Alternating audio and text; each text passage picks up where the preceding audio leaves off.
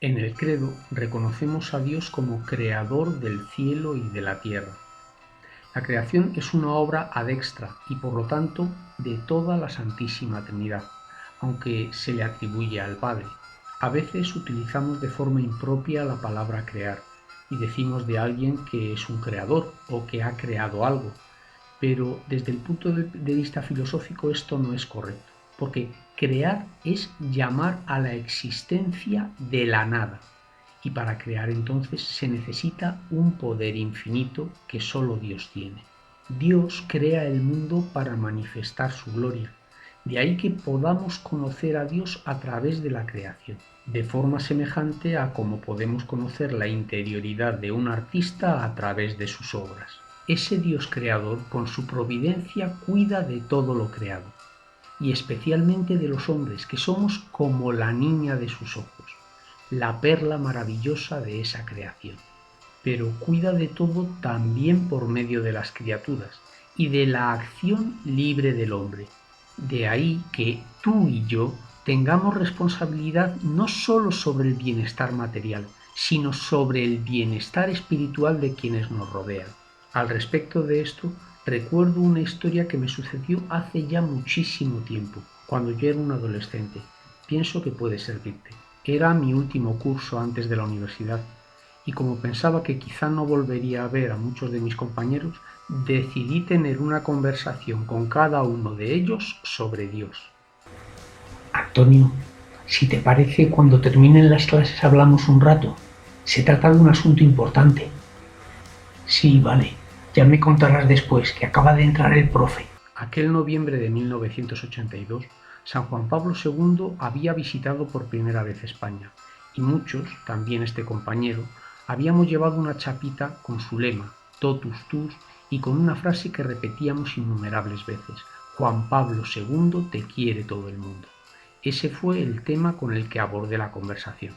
Mira, Antonio, es que me he fijado que cuando estuvo el Papa, pues también tú llevabas una chapa con el Totus Tus y verás, tenía interés en hablar contigo de esos temas, de Dios, de la religión, de las cosas de tu vida.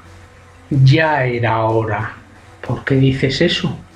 Porque veía que de vez en cuando hablabas de Dios con Luis y con Javi y con otros que son más amigos tuyos, pero a mí nunca me decías nada. Y estaba pensando, ¿será que yo no importo? Entonces vi con más claridad aún que Dios cuenta con nuestras acciones libres para meterse en la vida de todos los demás. Sin embargo, esa providencia divina contrasta con el mal que descubrimos a nuestro alrededor. ¿Cómo es posible que Dios permita que me pase esto?, preguntamos a menudo. Dios permite el mal físico porque si nos dejamos ayudar, sabe sacar bienes de él. Te contaré otra historia que me sucedió hace también muchos años, cuando fui con un grupo de estudiantes a una breve convivencia en la Sierra de Cazorla. El segundo día de ese fin de semana, caída la tarde, se acercó hasta la casa un señor joven que acompañaba a su hijo de unos 4 o 5 años. Este lloraba desconsoladamente. Su padre nos contó que, cuando la familia se encontraba alrededor del fuego sobre el que se calentaba la cena en un cacharro grande de metal, al niño, que como buen niño quería tocarlo todo, no se le ocurrió otra cosa que apoyar su mano en el puchero sobrecalentado. El padre del chico nos pidió alguna pomada para evitar males mayores en la quemadura que abarcaba toda la palma de la mano.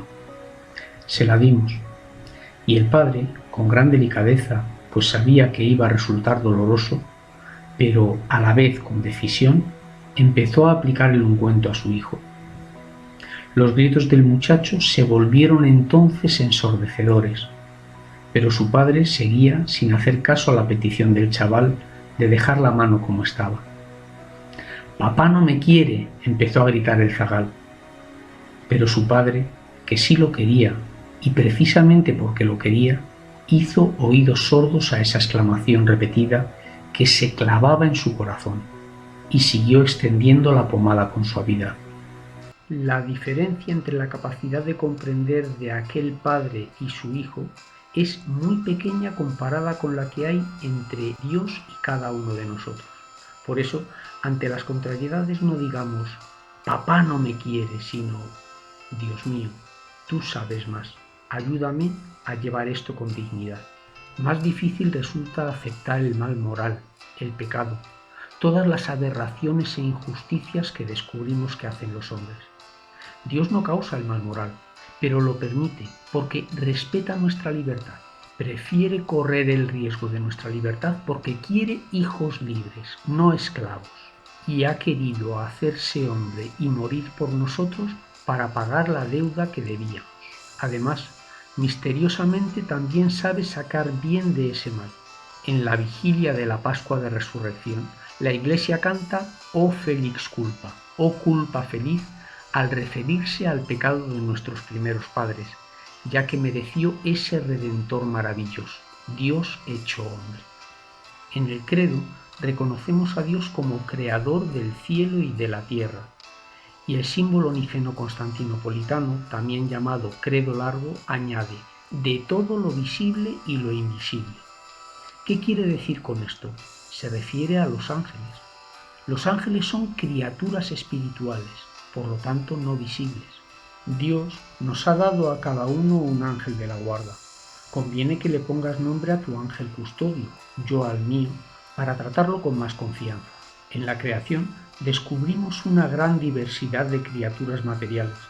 Están destinadas al bien del género humano.